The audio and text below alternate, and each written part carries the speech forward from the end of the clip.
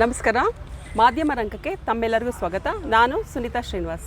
ನಮ್ಮ ಇವತ್ತಿನ ಅತಿಥಿ ಬ್ಯೂಟಿಫುಲ್ ಕ್ಯೂಟ್ ವಿಲನ್ ಮಾನ್ಯತಾ. ಹಂಗೆ ಹೇಳ್ತಿದ್ದಂಗೆ ನಿಮ್ಗೆ ಗೊತ್ತಾಗುತ್ತೆ, ರಾಮಾಚಾರಿ ಸೀರಿಯಲ್ನ ವಿಲನ್ ಅಂತ. ಹೌದು, ನಾವು ರಾಮಾಚಾರಿ ಸೆಟ್ಟಲ್ಲಿದ್ದೀವಿ. ನಮ್ಮ ಜೊತೆ ಇದ್ದಾರೆ ಮಾನ್ಯತಾ ಹುರುಫ್ ಝಾನ್ಸಿ ಸುಬ್ಬಯ್ಯ ಅವರು. ಬನ್ನಿ ಅವ್ರನ್ನ ನಮ್ಮ ಕಾರ್ಯಕ್ರಮಕ್ಕೆ ಸ್ವಾಗತಿಸೋಣ.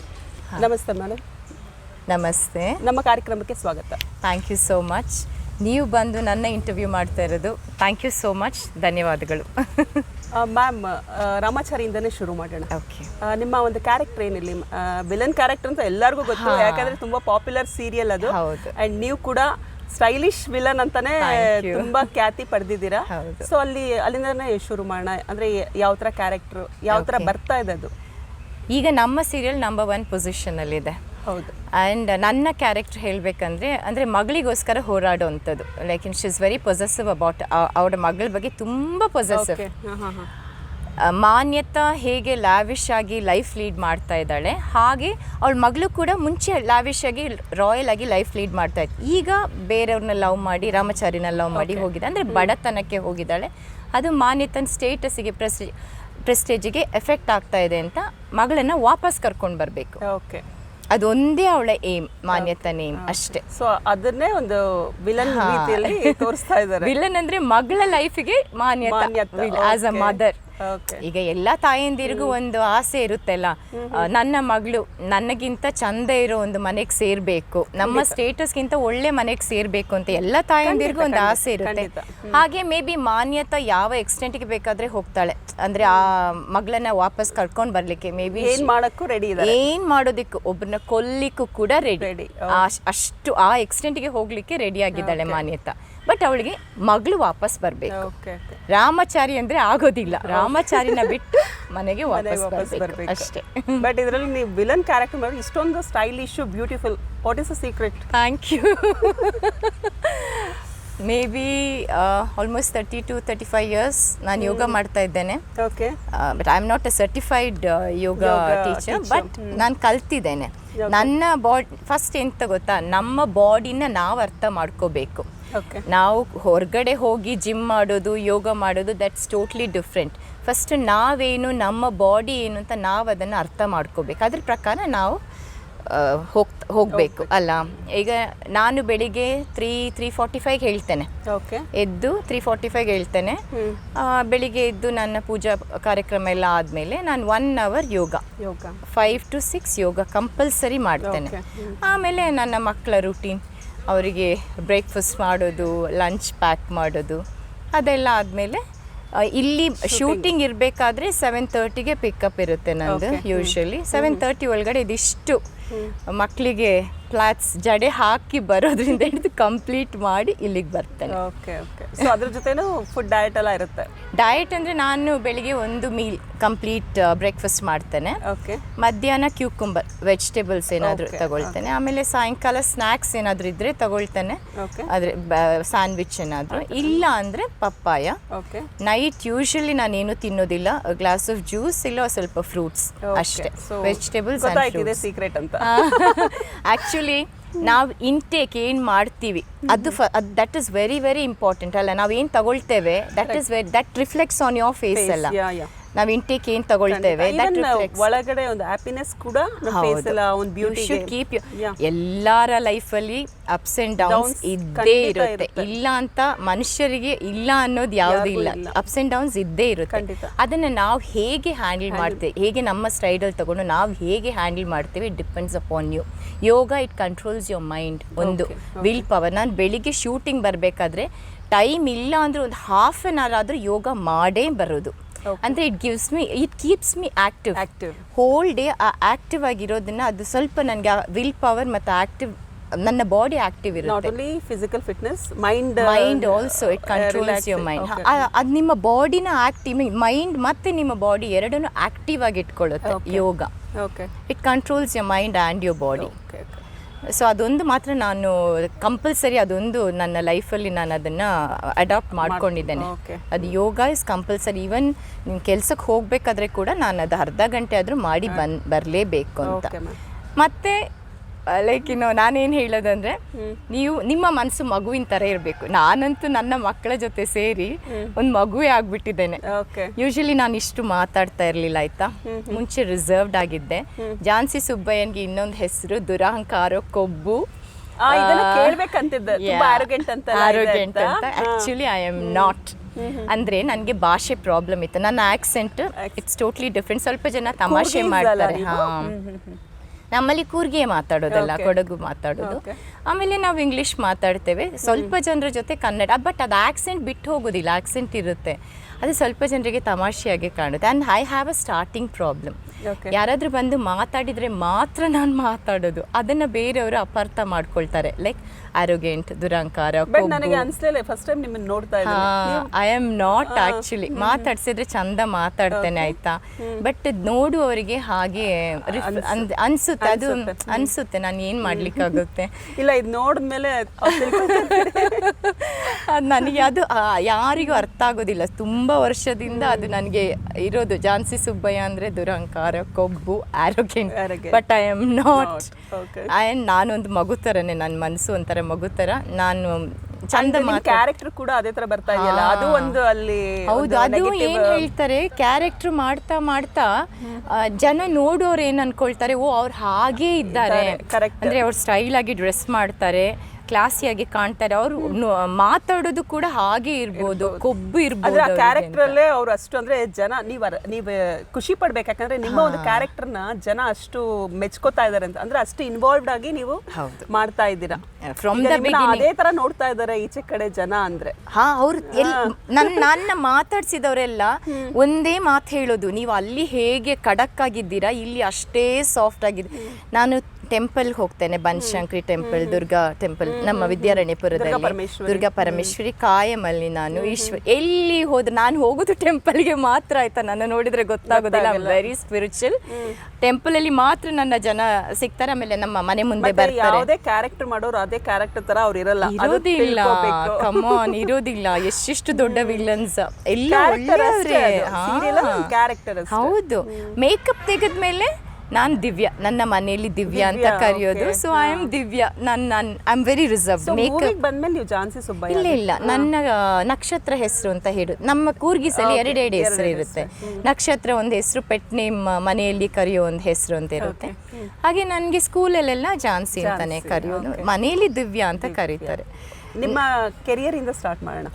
ನೀವು ಮಾಡಲಿಂಗ್ ಇಂದ ಬಂದಿದ್ದಲ್ಲ, ಫಿಲ್ಮ್ ಫೀಲ್ಡ್ ಗೆ ಎಂಟರ್ ಆಗೋಕ್ಕಿಂತ ಮುಂಚೆ ಮಾಡಲಿಂಗ್ ಸುಮಾರು ಆಡ್ ಮಾಡಿದ್ದೀರಾ. KSIC ಸ್ಯಾರಿಗೆ, ಆಮೇಲೆ ಅದು ಯಾವ್ದೋ ರಿಟ್ರೀಟ್ ರೆಸಾರ್ಟ್, ಆಮೇಲೆ it's actually retreat resort, KSIC print ad. ಆಗ ನಾವು ಒಂದು ಸ್ವಲ್ಪನೇ ಮಾಡೆಲ್ಸ್ ಇದ್ದಿದ್ದು. 94, 95 ಅಲ್ಲಿ ನಾನು ಮಾತಾಡ್ತಾ ಇರೋದು. We started with MS Sridhar ಅಂತ, ಆಗ ಫಸ್ಟ್ ಕೊರಿಯೋಗ್ರಫರ್ ಇನ್ ಬ್ಯಾಂಗ್ಳೂರ್. ಅವ್ರ ಜೊತೆ ನಾನು ಟ್ರೈನಿಂಗ್ ಆಯಿತು. ಆಮೇಲೆ ರ್ಯಾಂಪ್ ವಾಕಿಂದ ಸ್ಟಾರ್ಟ್ ಮಾಡಿದೆ. ಆ್ಯಕ್ಚುಲಿ ನಾನು ಅವಾಗೆಲ್ಲ ಮಾಡಲಿಂಗ್ ಎಲ್ಲ ಅಷ್ಟೊಂದು ಇರ್ತಿರ್ಲಿಲ್ಲ, ಹೌದು. ನಾನು ಕಾರ್ಪೊರೇಟ್ ಕಂಪನಿಯಿಂದ ಬಂದೆ. ಆ್ಯಕ್ಚುಲಿ ನನ್ನ SLC ಆದಮೇಲೆ ನಾನು ಕರಿಯರ್ ಕಾಲೇಜಲ್ಲಿ ನನ್ನ ಸೆಕ್ರೆಟರಿ ಕೋರ್ಸ್ ಮುಗಿಸ್ಕೊಂಡೆ.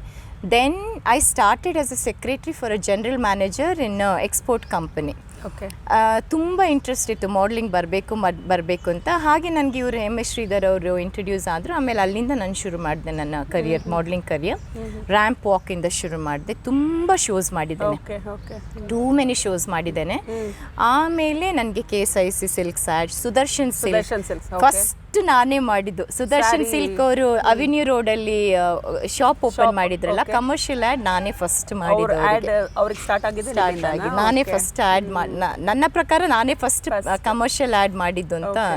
ಹೇಗೆ ಬಂದ್ರಿ ನೀವು? ಕೂರ್ಗಲ್ಲಿ ಇದ್ದಿದ್ದಲ್ಲ, ಕೂರ್ಗಿಂದ ಹಿಂಗೆ ಮಾಡಲಿಂಗ್ ಫೀಲ್ಡ್ಗೆ ಯಾವ ಥರ ಎಂಟ್ರಿ ಕೊಟ್ರಿ? ನಾನು ಅದು ಹೇಳಿದೆ ಇಲ್ಲ, ನಾನು ಸೆಕ್ರೆಟರಿ ಇಲ್ಲೇ ಕರಿಯರ್ ಕಾಲೇಜಲ್ಲಿ ನನ್ನ ಸೆಕ್ರೆಟರಿ ಕೋರ್ಸ್ ಸ್ಟಾರ್ಟ್ ಮಾಡಿದ್ದು. Then I did my hair styling course. ಸ್ಪ್ರಾಟ್ ಅಂತ ಹೇಳಿ ಒಂದು ಹೇರ್ ಸ್ಟೈಲಿಂಗ್ ಸಲೂನ್ ಇತ್ತು, ಲೈಕ್ ಯುನಿಸೆಕ್ಸ್ ಸಲೂನ್. ಫಸ್ಟ್ ಅದೇ ಓಪನ್ ಆಗಿದ್ದು ಬ್ರಿಗೇಡ್ ರೋಡ್ ಅಲ್ಲಿ. 91 ನಲ್ಲಿ ಸ್ಪ್ರಾಟ್ಸ್ ಅಂತ ಫಸ್ಟ್ ಸಲೂನ್ ಯುನಿಸೆಕ್ಸ್ ಅದೇ ಓಪನ್ ಆಗಿದೆ. ಅಲ್ಲಿ ಹೇರ್ ಸ್ಟೈಲಿಂಗ್ ಕೋರ್ಸ್ ಮಾಡಿದೆ. ನನಗೆ ಫಸ್ಟ್ ಇಂದನೂ ಹೀಗೆ ಇದರಲ್ಲಿಯೇ ಇಂಟ್ರೆಸ್ಟ್ ಇತ್ತಲ್ಲ. ಮೂವೀಸ್ ನನಗೆ ಏನು ಗೊತ್ತಿರಲಿಲ್ಲ. ಇವೆ just into modelling. Short dress ಹಾಕೊಳ್ಳೋದು ಆಗಲೇ ನಾವೆಲ್ಲ ಆಲ್ಟರ್ನೇಟ್ ಸ್ಲೀವ್ಲೆಸ್ ಶಾರ್ಟ್ ಡ್ರೆಸ್ ಆಗಲೇ ಹಾಕಿ ಆಮೇಲೆ ಕಾಮನ್ ಈಗ ಕಾಮನ್ ಆಗ್ಬಿಟ್ಟಿದೆ. ರಿಸ್ಟ್ರಿಕ್ಷನ್ಸ್ ಇರ್ತಿತ್ತಲ್ಲ. ಹೌದು, ಬಟ್ ಚಂದ ಇತ್ತಾಗ. ಎಲ್ಲಿ ಹೋದ್ರೆ ಇಷ್ಟೇ ಜನ ಮಾಡೆಲ್ಸ್, ಎಲ್ಲಿ ಇಡೀ ಬ್ಯಾಂಗ್ಳೂರಲ್ಲಿ ಇಷ್ಟೇ ಜನ ಮಾಡೆಲ್ಸ್. ಈಗ ಎಲ್ಲಿ ನೋಡಿದ್ರು ಮಾಡೆಲ್ಸ್ ತುಂಬಾ ಇದೆ ಈಗ. ಮತ್ತೆ ಅಷ್ಟೇ ಪ್ಲಾಟ್ಫಾರ್ಮ್ಸ್ ಕೂಡ ಇದೆ ಈಗ. ಹೌದು, ಅವಾಗ ಕಮ್ಮಿ ಇತ್ತು. ಹೌದು, ಕಮ್ಮಿ ಇತ್ತು. ಮತ್ತೆ ಜ್ಯುವೆಲ್ರಿ ಆ್ಯಡ್ಸ್, ಸಾರಿ ಆ್ಯಡ್ಸ್, ತುಂಬ ಸಾರಿ ಆ್ಯಡ್ಸ್ ಮಾಡಿದ್ದೇನೆ ನಾನು. ಸ್ಟೈಲಿಶ್ ಆಗಿ ನಾನು ಮಾಡಲಿಂಗ್ ಮಾಡ್ತಾ ಇದ್ರು. ಸಾರೀಸ್ ತುಂಬ ಸಾರಿ ಆ್ಯಡ್ ಮಾಡಿದ್ದೇನೆ, ಸಾರಿ ಆ್ಯಡ್ಸ್. ಸೊ ಅಲ್ಲಿಂದ ನಿಮಗೆ ಒಂದು ಫಿಲ್ಮ್ ಎಂಟ್ರಿ ಕೊಟ್ರಿ? ಅಲ್ಲಿಂದ ನನಗೆ ಆಡಿಷನ್ಗೆ ಕಾಲ್ ಬಂತು, ಹೀರೋಯಿನ್ ಆಗಿ ಆಡಿಷನ್ಗೆ. ಆಮೇಲೆ ಮೋಹನ್ ಅವರಿದ್ದಾರಲ್ಲ, ರೈಟರ್, ಈಗ ಆರ್ಟಿಸ್ಟ್ ಮೋಹನ್ ಇದಾರಲ್ಲ, ಆರ್ಟಿಸ್ಟ್. ಓಕೆ. ಅವರು ಸ್ಕ್ರಿಪ್ಟ್ ಬರಿತಾ ಇದ್ರು. ಆಕ್ಚುಲಿ ಅದು ಪ್ಯಾಚ್ ವರ್ಕ್ ಅಂತ ನನಗೆ ಗೊತ್ತಿಲ್ಲ, but it was a patch work movie.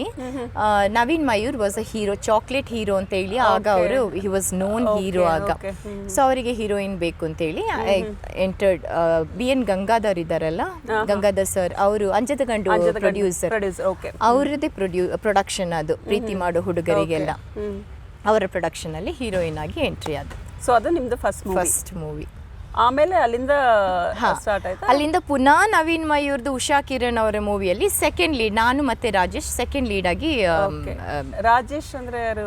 ಈಗ ನಟರಂಗ ರಾಜೇಶ್ ಅವರು, ನಾನು ಹೀರೋಯಿನ್ ಆಗಿ ಸೆಕೆಂಡ್ ಲೀಡ್ ಮಾಡಿದ್ದು. ಆಮೇಲೆ ನಾನು ಐಟಮ್ ನಂಬರ್ಸ್ ಸ್ಟಾರ್ಟ್ ಮಾಡಿದೆ. ಅದೊಂಥರ ಕಿಕ್ ಕೊಡುತ್ತೆ. ನಂಬರ್ಸ್ ಡಾನ್ಸ್ ಮಾಡಿದಿರಾ ಅನ್ಸುತ್ತಲ್ಲ. ಯಾವ ಸಾಂಗ್ ಮ್ಯಾಮ್ ಅದು? ಭೂಮಿ ಯಾಕೆ ತಿರುಗುತ್ತೈತೆ, ಸುದೀಪ್ ಅವರ ಜೊತೆ. ಆಮೇಲೆ ಋಷಿ ಫಿಲಂ, ಋಷಿ ಬೆಂಗಳೂರು ಬಂಡರೆಲ್ಲ. ಆಮೇಲೆ ಶಿವಾನಿಯಲ್ಲಿ ಒಂದು ಸಾಂಗ್ ಮಾಡಿದ್ದೇನೆ. ಮತ್ತೆ ಆತ್ಮ, ಇವರ ಪ್ರಭಾಕರ್ ಅವರ ಮಗ ವಿನೋದ್ ಪ್ರಭಾಕರ್ ಅವರ ಮೂವಿ, ಅದರಲ್ಲಿ ಒಂದು ಸಾಂಗ್ ಮಾಡಿದ್ದೇನೆ. ಮಣಿಯಲ್ಲಿ ಒಂದು ಚಿಕ್ಕ ರೋಲ್, ಆಮೇಲೆ ಒಂದು ಸಾಂಗ್ ಇದೆ ಅದರಲ್ಲಿ. ಮಯೂರ್ ಪಟೇಲ್ ಅವರ, ಅದರಲ್ಲಿ ಒಂದು ಫುಲ್ ಸಾಂಗ್ ಇದೆ, ಬೆಂಗಳೂರು ಅಣ್ಣಮ್ಮ, ಅದೊಂದು. ಆಮೇಲೆ ಸೀರಿಯಲಿಗೆ ಬಂದೆ. ಸೀರಿಯಲ್ಗೆ ಯಾವಾಗ ಬಂದಿದ್ದು ನೀವು? ಸೀರಿಯಲಿಗೆ ನಾನು 2003 ಅನಿಸುತ್ತೆ, 2002-2003 ನಾನು 2000 ನನ್ನ ಮೂವಿ ರಿಲೀಸ್ ಆಗಿದ್ದು, ಪ್ರೀತಿ ಮಾಡೋ ಹುಡುಗರಿಗೆಲ್ಲ 2000 ಶುರು ಆಗಿದ್ದು. ಆಮೇಲೆ 2 years ಅಲ್ಲಿ ಸೀರಿಯಲಿಗೆ ಬಂದೆ. ತುಂಬಾ ಸೀರಿಯಲ್ಸ್ ಮಾಡಿದ್ರಲ್ಲ, ಅದರಲ್ಲಿ ಮನೆಯೊಂದು, ಮೂರು ಬಾಗಿಲು ತುಂಬಾ ಫೇಮಸ್. ಆಮೇಲೆ ಇನ್ನೊಂದು ಯಾವುದು,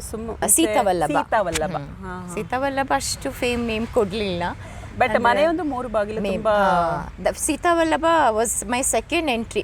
ಮದುವೆ ಆಗಿ ಮನೆಯೊಂದು ಮೂರು ಬಾಗಿಲು ಮಾಡ್ತಾ ಇರ್ಬೇಕಾದ್ರೆ ನಾನು ಮದುವೆ ಆದೆ 2007 ಅಲ್ಲಿ. ತೆಲುಗು ಸೀರಿಯಲ್ ಮಾಡ್ತಾ ಇದ್ದೆ ಆಗ, ಸೂರ್ಯವಂಶಂ ಅಂತ. ಎರಡು ಐ ವಾಸ್ ಡಬ್ಬಿಂಗ್ ಇತ್ತು, ಎರಡು ಕನ್ನಡ ಅಂಡ್ ಇದು ಕನ್ನಡ ಇಲ್ಲ, ಅದು ಅಲ್ಲಿ ಮಾತ್ರ, ಅಲ್ಲಿಗೆ ಮಾತ್ರ. ಓಕೆ. ತೆಲುಗು ಜೆಮಿನಿಯಲ್ಲಿ ಬರ್ತಾ ಇತ್ತು. ಅಲ್ಲಿಯೂ ಕೂಡ ವಿಲನ್ ಆಂಟಾಗನಿಸ್ಟ್ ಆಗಿ ಮಾಡ್ತಾ ಇದ್ದೆ. ಅಲ್ಲಿ ಶಟ್ಲ್ ಮಾಡ್ತಾ ಇದ್ದೆ ಎರಡು, ತಮಿಳ್ ಆ್ಯಂಡ್ ತೆಲುಗು. ಚೆನ್ನೈಯಲ್ಲಿ ಶೂಟ್ ಮಾಡ್ತಾ ಇದ್ದಿದ್ದು ನಾವು, ತೆಲುಗು ಆ್ಯಂಡ್ ಕನ್ನಡ. ಆಗ ನನ್ನ ಮದುವೆ ಆಯಿತು, ಅರ್ಧಕ್ಕೆ ಬಿಟ್ಟೆ ನಾನು ಮನೆಯೊಂದು ಮೂರು ಬಾಗಿಲೆಲ್ಲ. ಆಮೇಲೆ ಒಂದು 10 years.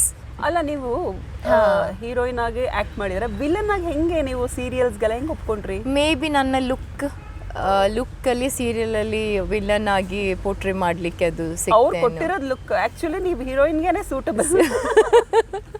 ವಿಲನ್ ಅಂದರೆ ಮೇ ಬಿ ನನ್ನ ಲುಕ್ಸ್. ಆಗ ನಾನು ಎಂಟ್ರಿ ಆದಾಗ ಯಾರು ಅಷ್ಟು ಸ್ಟೈಲಿಶ್ ಆಗಿರಲಿಲ್ಲ. ಸ್ಪೆಗೆಟಿ ಆಗಲಿ, ಆಲ್ಟರ್ನೆಕ್ ಆಗಲಿ, ಆಗ ನಾನೇ ಹಾಕ್ತಾ ಇದ್ದೆ. ಸೊ ನಿಮ್ಮನ್ನು ನೋಡ್ಕೊಂಡೆ ಈಗ ಬರೋ ವಿಲನ್ಸ್ ಎಲ್ಲ ಸ್ಟೈಲಿಶ್ ಆಗಿಬಿಟ್ಟಿದ್ದಾರೆ. ಐ ಡೋಂಟ್ ನೋ, ಬಟ್ ಹಾಗೆ ರೋಲ್ ಮಾಡೆಲ್ ಅನ್ಸುತ್ತೆ ಅವ್ರಿಗೆಲ್ಲ. ಅದೇ ಹಾಗೆ ಹೇಳಲಿಕ್ಕೆ ಆಗೋದಿಲ್ಲ ಅಲ್ಲ. ಲೈಕ್ ನೋಡೋರಿಗೆ ಗೊತ್ತು, ಹಳೇಬ್ರಿಗೆ ಗೊತ್ತು ಯಾರಾಗ ಫಸ್ಟ್ ಸ್ಲೀವ್ಲೆಸ್ ಮತ್ತೆ ಆಲ್ಟರ್ನೆಕ್ಸ್ ಎಲ್ಲ ಹಾಕಿದ್ದು ಅಂತ. ಅಲ್ಲ, ವಿಲನ್ಸ್ ಹೀಗಿರ್ಬೋದು ಅಂತ ತೋರಿಸ್ಕೊಟ್ಟಿದ್ದಾರೆ. ಹೌದು, ಸ್ಟೈಲಿಶ್ ಆಗಿ ಆಗ ಫಸ್ಟ್ ಆಗ ಸ್ಟೈಲಿಶ್ ವಿಲನ್ ಅಂತ ಶ್ರೀಕಾಂತ್ ಕುಲಕರ್ಣಿ ಅಂತ ಒಬ್ರು ಡೈರೆಕ್ಟರ್ ಇದ್ರು, ಅವರಿಗೆಲ್ಲ ತೀರೋಗಿದ್ದಾರೆ. But is my guru actually. ಅವರು ಪ್ರಭಾಕರ್ ಸರ್ ಸ್ಟೈಲ್ ಅಲ್ಲಿ ವಿಲನ್ ಆಗಿ, ನೀನ್ ಮಾಡ್ತೀಯ ನೀನು, ನಿನ್ನ ಕಣ್ ಚಂದೇನೆ ಮಾಡಿ ತೋರಿಸಿ ಕೊಡ್ತಾ ಇದ್ರು. ಅವ್ರ ಮೇ ಬಿ ನಾನು ವಿಲನ್ ಆಕ್ಟಿಂಗ್ ಮಾಡ್ಲಿಕ್ಕೆ ಕಲ್ತಿದ್ದು ಅವರಿಂದಾನೆ. ಅವರೇ ನನ್ನ ಧೈರ್ಯ. ಆಗ ನನ್ಗೆ ಆಕ್ಚುಲಿ ಏನೂ ಬರ್ತಾ ಇರಲಿಲ್ಲ. ಕ್ಯಾಮ್ರಾದಲ್ಲಿ ಹೇಗೆ ಎಲ್ಲಿ ನೋಡಬೇಕು, ಯಾವ ಲುಕ್ ನೋಡ್ಬೇಕು, ಎಲ್ಲ ಅವರಿಂದನೇ ನಾನು ಕಲ್ತಿದ್ದೆ. ಕ್ಷಣ ಸೀರಿಯಲ್ ಅಲ್ಲಿ first lady to smoke in the serial. ಆಯ್ತಾ ಇದು ಫಸ್ಟ್ ಯಾವಾಗ ಇದೆ? ಎಷ್ಟು ವರ್ಷ? ಕ್ಷಣ ಬಾಲಾಜಿ ಎಷ್ಟು ಟೆಲಿವಿಷನ್ ಅಲ್ಲಿ ವರ್ಷ? ತುಂಬಾ ವರ್ಷ ಆಯ್ತು 2003 ಅಲ್ಲಿ ಅನ್ಸುತ್ತೆ. Really? Okay. First lady to smoke in the serial. Serial ಸಾಮಾನ್ಯ ಇರಲ್ಲ ಈ ತರದ್ದು. ಇರೋದಿಲ್ಲ, ಬಟ್ ಅದರಲ್ಲಿ ವಿಲನ್ ನ ಸ್ಮೋಕ್ ಮಾಡಿಸಿದ್ರು ಆಗ. Okay. ಈಗ ಎಲ್ಲರೂ ಮಾಡ್ತಾರೆ, ಇದ್ರಲ್ಲೂ ಮಾಡಿದ್ದೇನೆ ನಾನು. ಹೌದಾ? ಓಕೆ. ಎಷ್ಟು ವರ್ಷ ಆದ್ಮೇಲೆ. ಎಷ್ಟು ಸೀರಿಯಲ್ಸ್ ಮಾಡಿದಿರಾ ಮ್ಯಾಮ್ ಟೋಟಲ್? ನಾನು ಆಲ್ಮೋಸ್ಟ್ 13 to 14, ಇದು ಸೇರಿ 15 ಅನ್ನೋದು. ಸೊ ಎಲ್ಲ ವಿಲನ್ ಕ್ಯಾರೆಕ್ಟರ್ಸ್? ಎಲ್ಲ ವಿಲನ್, ಅದರಲ್ಲಿ ಎಲ್ಲ ಮೇನ್ ವಿಲನ್ಸೇ ಮಾಡಿರೋದು. ಯಾವ್ದು ಹೆಸರು ತಂದು ಕೊಟ್ಟಿದ್ದು ಇಷ್ಟು ಸೀರಿಯಲ್ಸ್ ಅಲ್ಲಿ? ಒಂದು ಕ್ಷಣ, ಇನ್ನೊಂದು ಕನ್ಯಾದಾನ, ಅದರಲ್ಲಿ ಸಾಫ್ಟ್ ಆಗಿ ಆಮೇಲೆ ವಿಲನ್ ಆಗ್ತಾಳೆ ಒಂದು ಮಗುವಿಗೋಸ್ಕರ. ಓಕೆ. ಆಮೇಲೆ ಮನೆ ಒಂದು 3 ಬಾಗಿಲು. ಓಕೆ.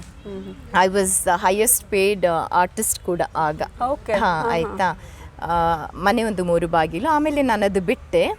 ಆಮೇಲೆ come back was Seethavallabha. But that also gave me a good, at least in the beginning they had expectation Jhansi Subbaiah ವಾಪಸ್ ಬರ್ತಾ ಇದ್ದಾರೆ ಅಂತ. But I had short hair, ಅದು ಲುಕ್ ಸರಿ ಹೋಗಿಲ್ಲ, ಅಂದರೆ ಸರಿ ಹೋಗಿಲ್ಲ ಅದು. ಆಮೇಲೆ ಅದು ಬಟ್ ಸ್ಟಿಲ್ ಗೊತ್ತಾಯಿತು ಝಾನ್ಸಿ ಸುಬ್ಬಯ್ಯ ವಾಪಸ್ but this Ramachari, I am really thanks to mister Ramji ಸರ್ಗೆ ಥ್ಯಾಂಕ್ಸ್ ಹೇಳಬೇಕು. ಪಾಂಡು ಅವರೇ ನನ್ನ ಹೆಸರು ರೆಫರ್ ಮಾಡಿದ್ದು, ನಮ್ಮ ಪ್ರೊಡಕ್ಷನ್ ಮ್ಯಾನೇಜರ್. ತುಂಬಾನೇ ಒಂದು ಟ್ರೆಂಡಿಂಗ್ ಅಲ್ಲಿ ಇದೆ ಇದು ಸೀರಿಯಲ್ ರಾಮಾಚಾರಿ ಅಂದ್ರೆ ಎಲ್ಲರೂ ನಂಬರ್ 1. ಬಟ್ ಇದು ನನಗೆ ಕಮ್ ಬ್ಯಾಕ್ ಅಂತ ನಾನು ಇದೇ ಹೇಳಬೇಕು, ಇದೇ ನನ್ನ come back. Gave me immense name and fame. ತುಂಬ ಹೆಸರು ಅಂದರೆ ರೆಕಗ್ನೈಸ್ ಮಾಡಿದ್ರು. Jhansi Subbaiah original stylish villain ಅಂತ ಇದ್ರಲ್ಲಿ ಗೊತ್ತಾಗಿದ್ದು. ಅಲ್ಲ, ನಾನ್ ಕೇಳ್ಬಿಟ್ಟೆ ನೀವು ಹಾಕೋ ಬಿಂದಿ ಬ್ಲೌಸ್ ಎಲ್ಲ ಸುಮಾರು ಜನ ಫಾಲೋ ಮಾಡ್ತಾ ಇದ್ದಾರೆ. ಅದು ಮನೆ ಒಂದು 3 ಬಾಗಿಲಲ್ಲಿ ಸುಪ್ರಿಯಾ ಬಾಳೆ, ಸುಪ್ರಿಯಾ ಬಿಂದಿ ಅಂತ ಸೇಲ್ ಮಾಡ್ತಾ ಇದ್ರಂತ. ಆಕ್ಚುಲಿ ನಾನು ಮದ್ವೆ ಆಗಿ ಬಿಟ್ಬಿಟ್ಟೆ ಅಲ್ಲ, ಆಗ ಕಾಲ್ ಮಾಡಿ ನನಗೆ ಹೇಳ್ತಾ ಇದ್ರು ನಿಮ್ಮ ಬಾಳೆ ನಿಮ್ಮ ಬಿಂದಿ ಎಲ್ಲ ಸೇಲ್ ಆಗ್ತಾ ಇದೆ ಅಂತ. I was like happy. ಅದು ಖುಷಿ ಅನ್ಸುತ್ತೆ, ಖುಷಿ ಅನ್ಸುತ್ತೆ. ಜನ ಇಷ್ಟಪಡ್ತಾ ಇದ್ದಾರೆ. ಈಗ ಕೆಲವೊಂದು ಈಗ ಸ್ಟೈಲಿಶ್ ಅಂದ ತಕ್ಷಣ ಎಲ್ಲಾ ಸ್ಟೈಲಿಶ್ ಒಪ್ಕೊಳ್ಳಲ್ಲ.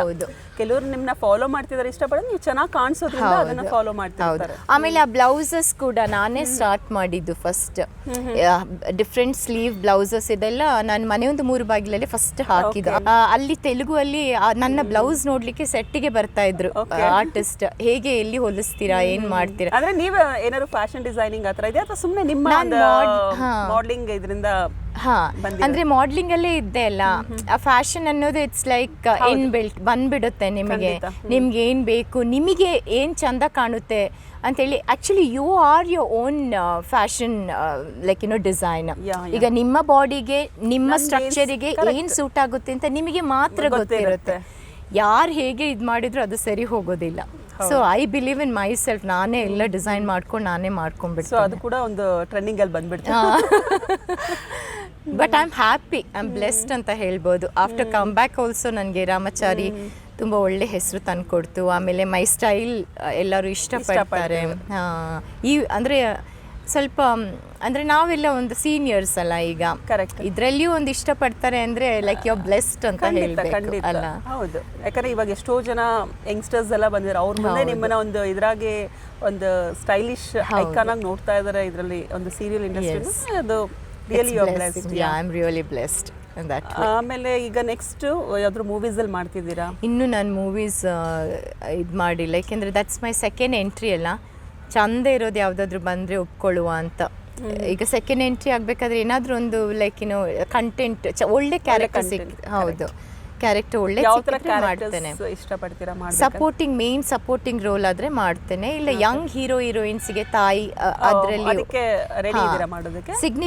ಸಿಗ್ನಿಫಿಕೆಂಟ್ ಕ್ಯಾರೆಕ್ಟರ್ ರೋಲ್ ಆದ್ರೆ ಆ ತಾಯಿಯಲ್ಲಿ ಒಂದು ಸಿಗ್ನಿಫಿಕೆಂಟ್ ರೋಲ್ ಇರುತ್ತಲ್ಲ, ಅದಾದ್ರೆ ನೋ ಪ್ರಾಬ್ಲಮ್. ಅಲ್ಲ ಅತ್ತಿಗೆ ಒಂದು ಸಿಗ್ನಿಫಿಕೆಂಟ್ ಅತ್ತಿಗೆ ಆದ್ರೆ ವಿಲನ್ ರೋಲ್ ಅಲ್ಲೂ ಸಿಕ್ಕಿದ್ರೆ ಐ ಬಿ ವೆರಿ ಹ್ಯಾಪಿ.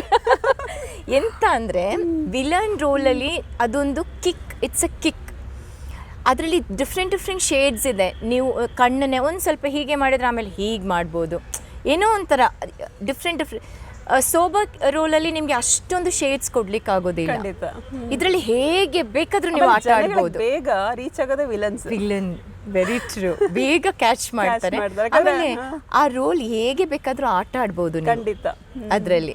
ಸೋಬರಲ್ಲಿ ಬರೀ ಅಳೋದು ಗ್ಲಿಸರಿನ್ ಹಾಕಿ ಬೈಸ್ಕೊತೀರಾ ಅನ್ಸುತ್ತಲ್ಲ ಎಷ್ಟೋ ಜನ ನೋಡೋರು ನೋಡ್ತಿರ್ತಾರಲ್ಲ ಬೈತಾ ಇರ್ತಾರೆ ಸೀರಿಯಲ್ ನೋಡ್ತಾ ಬೈತಾರೆ. ಆದ್ರೆ ನನ್ನನ್ನ ಬೈಯೋದಿಲ್ಲ, ನನ್ನನ್ನ ಇಷ್ಟಪಡ್ತಾರೆ ತುಂಬಾ. ಎಲ್ಲಿ ಹೋದ್ರು ನನ್ನ ಯಾಕೆ ಇಷ್ಟು ಗೋಳು ಇಕ್ಕೋತೀರಾ ರಾಮಾಚಾರಿನ, ಬೇಡಲ್ಲ ಚಾರುನ ಕರ್ಕೊಂಡ್ ಬರ್ಬೇಡಿ ಅಂತ ಒಳ್ಳೆ ರೀತಿಯಲ್ಲಿ ಹೇಳ್ತಾರೆ ಹೊರತು ಜನ ಒಂದು ಸೀರಿಯಲ್ ಒಳಗೆ ಹೊರಟೋಗಿರ್ತಾರೆ ಅನ್ನೋದಕ್ಕೆ ಆ ಕ್ಯಾರೆಕ್ಟರ್ ನೀವುಗಳು ಆ ಕ್ಯಾರೆಕ್ಟರ್ ಮಾಡಿರ್ತಾರೆ ಅಷ್ಟು ಜನ ಅದನ್ನ ಅಕ್ಸೆಪ್ಟ್ ಮಾಡಿರ್ತಾರೆ. ತುಂಬಾ ನಮ್ಮ ಗಂದಿಗೆ ಅಂಗಡಿಗೆ ನಾನು ವಾರಕ್ಕೆ 1-2 ಸಲ ಆದ್ರೂ ಹೋಗ್ತೇನೆ. ಅವರಲ್ಲಿ ಹೇಳ್ತಾರೆ, ನಾನೀಗ ಎಲ್ಲರಿಗೆ ಹೇಳ್ತೇನೆ ಅವ್ರು ಅಷ್ಟು ಸಾಫ್ಟ್ ಅಂತ. ಆಗ ಈಗ ಎಲ್ಲರೂ ನಿಮ್ನ ಇಷ್ಟಪಡ್ತಾರೆ. ಅಂದ್ರೆ ಆ ರೋಲಲ್ಲಿ ನಿಮ್ ನೆಗೆಟಿವ್ ಆಗಿ ನೋಡ್ತಿರ್ತಾರಲ್ಲ, ನೆಗೆಟಿವ್ ರೋಲ್ ಮಾಡೋರೆಲ್ಲ ನೆಗೆಟಿವ್ ಆಗಿ ಇದ್ದಿದ್ರೆ ಏನಂತಲ್ಲ ಅವ್ರ ಲೈಫ್. ಅಂದ್ರೆ ಇದ್ರಲ್ಲಿ ಮಾನ್ಯತೆ ತುಂಬಾ ಗತ್ತು. ಅವಳ ಸ್ಟೇಟಸ್, ಅವಳ ಪ್ರೆಸ್ಟೇಜ್ ಅದು ಒಂದೇ ಮಾತಾಡೋದು, ಅದನ್ನ ಬಿಟ್ಕೊಡೋದೇ ಇಲ್ಲ ಯಾವುದೇ ಕಾರಣಕ್ಕೂ. ಅದು ಏನಾದ್ರೂ ಸ್ವಲ್ಪ ಎಫೆಕ್ಟ್ ಆಗ್ತಾ ಇದೆ ಅಂತ ಗೊತ್ತಾದ್ರೆ ಯಾವ ಎಕ್ಸ್ಟೆಂಡ್ಗೆ ಬೇಕಾದ್ರೂ ಹೋಗ್ಲಿಕ್ಕೆ, ಮರ್ಡರ್ ಮಾಡೋ ಎಕ್ಸ್ಟೆಂಡ್ಗೆ ಕೂಡ ಹೋಗ್ತಾಳೆ ಮಾನ್ಯತಾ ರಾಮಾಚಾರಿ ಸೀರಿಯಲ್ ಅಲ್ಲಿ. ಸೊ ಜನರು ಏನು ಅನ್ಕೊಳ್ತಾರೆ, ಓ ಹಾಗೆ ಕೆಟ್ಟವಳು ಇರ್ಬೋದು ಆತರ ಅಂತ. ಅಂದ್ರೆ ನಿಮ್ಮ ಕ್ಯಾರೆಕ್ಟರ್ ಅಷ್ಟೊಂದು ಅವ್ರಿಗೆ ಇದಾಗಿದೆ, ರೀಚ್ ಆಗ್ತದೆ ಆತರ, ಅಷ್ಟೊಂದು ಇದ್ರಾಗ ಇನ್ವಾಲ್ವ್ ಆಗಿ ಮಾಡ್ತಿದ್ದೀರಾ ನೀವು. Thank you. ಮನೇನ ಹೇಗೆ ಬ್ಯಾಲೆನ್ಸ್ ಮಾಡ್ತೀರಾ ಸೀರಿಯಲ್ ಮತ್ತೆ ಈ ನಿಮ್ಮ ಫ್ಯಾಮಿಲಿ ಜೊತೆ? ಫ್ಯಾಮಿಲಿ ಆ್ಯಕ್ಚುಲಿ ಅದು ನನಗೆ ಒಂದು ರುಟೀನ್ ಆಗಿಬಿಟ್ಟಿದೆ. ಶೂಟಿಂಗ್ ಇದ್ದಾಗ ಯೂಶ್ವಲಿ ನಾನು 4 o'clock ಹೇಳ್ತೇನೆ, ಸೀರಿಯಲ್ ಇದ್ದಾಗ ಒಂದು 3:45 ಆಗಿ ಎದ್ದೇಳ್ತೇನೆ. ಬೆಳಿಗ್ಗೆ ಎದ್ದ ತಕ್ಷಣ ಏನೇನು ರೆಡಿ ಮಾಡ್ಕೋಬೇಕು ಎಲ್ಲ ರೆಡಿ ಮಾಡಿ, ಅದೇ ಹೇಳಿದಾಗೆ 5 o'clock ನಾನು ಶೂಟಿಂಗ್ ಇದ್ದಾಗ ಅದು 1/2 hour ಕಟ್ ಡೌನ್ ಮಾಡ್ತೇನೆ, ಯೋಗ 1/2 hour ಮಾಡಿ. ಆಮೇಲೆ ನನ್ನ ಮಕ್ಕಳಿಗೆ ಬ್ರೇಕ್ಫಾಸ್ಟ್ ನಾನು ಮನೆಯಿಂದನೇ ತರ್ತೇನೆ, ಸೆಟ್ ಊಟ ಮಾಡೋದಿಲ್ಲ. ಸೊ ನನ್ನ ಬ್ರೇಕ್ಫಾಸ್ಟ್, ಮಕ್ಕಳ ಬ್ರೇಕ್ಫಾಸ್ಟ್ ಎಲ್ಲ ರೆಡಿ ಮಾಡಿ ಅವರಿಗೆ ತಲೆ ಬಾಚಿ ಕೊಟ್ಟು ಆಮೇಲೆ ಮನೆಗೆ ಶೂಟಿಂಗ್ ಮನೆ ಬಿಡ್ತೇನೆ ನಾನು. ಆಮೇಲೆ ನಮ್ಮ ಇಲ್ಲಿ ಡೈಲಿ ರೂಟೀನ್ ಸ್ಟಾರ್ಟ್ ಆಗುತ್ತೆ. ಎವ್ರಿ ಡೇ ಇದ್ದೇ ಇರುತ್ತೆ ಅನ್ಸುತ್ತೆ ಈ ಶೂಟಿಂಗ್ ಎಲ್ಲ? ಹೌದು, ಆಲ್ಮೋಸ್ಟ್ 10 days ಇರುತ್ತೆ ಮಂತ್ಲಿ. ಮ್ಯಾಮ್ ನಮ್ಮ ಜೊತೆ ಇಷ್ಟೊತ್ತು ಬಂದು ನಿಮ್ಮ ಈ ಸೆಟ್ಗೆ ಬಂದಿದ್ದು ನೋಡಿದೆ, ಪಾಪ ನಿಮಗೆ ಬಿಡುವಿಲ್ಲ, ಆ ಟೈಮಲ್ಲೇ ಒಂದು ನಮ್ಮ ಜೊತೆ ಬಂದು ನಮಗೆ ಇಂಟರ್ವ್ಯೂ ಕೊಟ್ಟಿದ್ದಕ್ಕೆ ಧನ್ಯವಾದಗಳು. Thank you so much. ನನ್ನನ್ನು ರೆಕಗ್ನೈಸ್ ಮಾಡಿ, ರಾಮಾಚಾರಿ ಸೀರಿಯಲ್ನ ರೆಕಗ್ನೈಸ್ ಮಾಡಿ ಇಲ್ಲಿವರೆಗೆ ಬಂದು ನನ್ನ ಇಂಟರ್ವ್ಯೂ ಮಾಡಿದ್ದಕ್ಕೆ ತುಂಬ ಹೃದಯದ ಧನ್ಯವಾದಗಳು. Thank you so much. ಮಾಧ್ಯಮ ರಂಗ ಚಾನೆಲ್ನ ಎಲ್ಲರೂ ಸಬ್ಸ್ಕ್ರೈಬ್ ಮಾಡಿ, ಲೈಕ್ ಮಾಡಿ, ಶೇರ್ ಮಾಡಿ. ನಮಸ್ತೆ.